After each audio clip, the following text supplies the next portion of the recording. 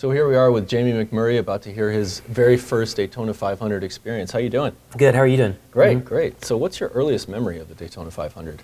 My earliest memory is, probably getting ready for that race on Sunday morning with my dad over the years of, it's kind of been the off season, and when the Daytona finally got there, I think everyone was excited, if you're a NASCAR fan, to get everything started. And when I think about it, I remember, being on the couch and just watching those races with my dad.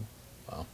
It's always a touching thing, and NASCAR is so unlike a lot of other sports that it's like a family kind of tradition like that. Yep. So once you got into the NASCAR community, you became a NASCAR driver. What was it like with your very first Daytona 500 as a driver? Well, I had to qualify for my first Daytona 500. You weren't locked in. The point systems have changed over the years. And at the time, there was a chance that you could actually miss the race. So I remember being nervous about making the 500. But I don't really have any memories of the race at all. When I look back at that, when we got ready to do this interview, I started trying to think of something we could talk about. I have no memories of that race at all. That's okay. Bobby Ellison didn't either for his, for his third win. For different reasons. Yeah, well, for different reasons. Yeah, he got into the wreck. But yeah. So let's talk about your very first win. So in 2010, you've been in the sport a long time, and a lot of drivers go through their whole career without winning the Daytona 500. 2010, you finally got it. What was that like? I remember that like it was yesterday.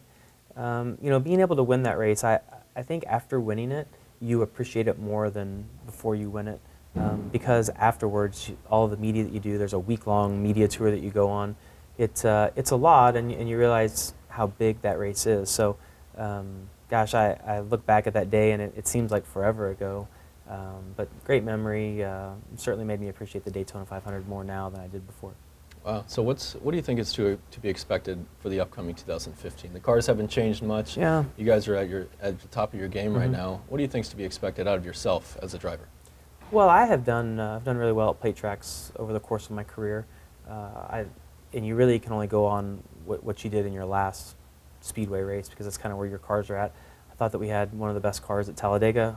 We ended up cutting the tire down, so we didn't finish. But our speedway cars have been really good. And plate races, I think, for all drivers go in phases where you can't finish one for 4 or 5 races, you get in wrecks, and then all of a sudden you finish 2 or 3. And I haven't finished one in a while, so I'm feeling pretty good about getting to the Daytona 500. Nice. Thanks a lot for coming on. Thank you. Jamie McMurray, #1 car, he's the driver. You just heard the story about my first Daytona 500. Now I would like to hear yours at #MyFirst500.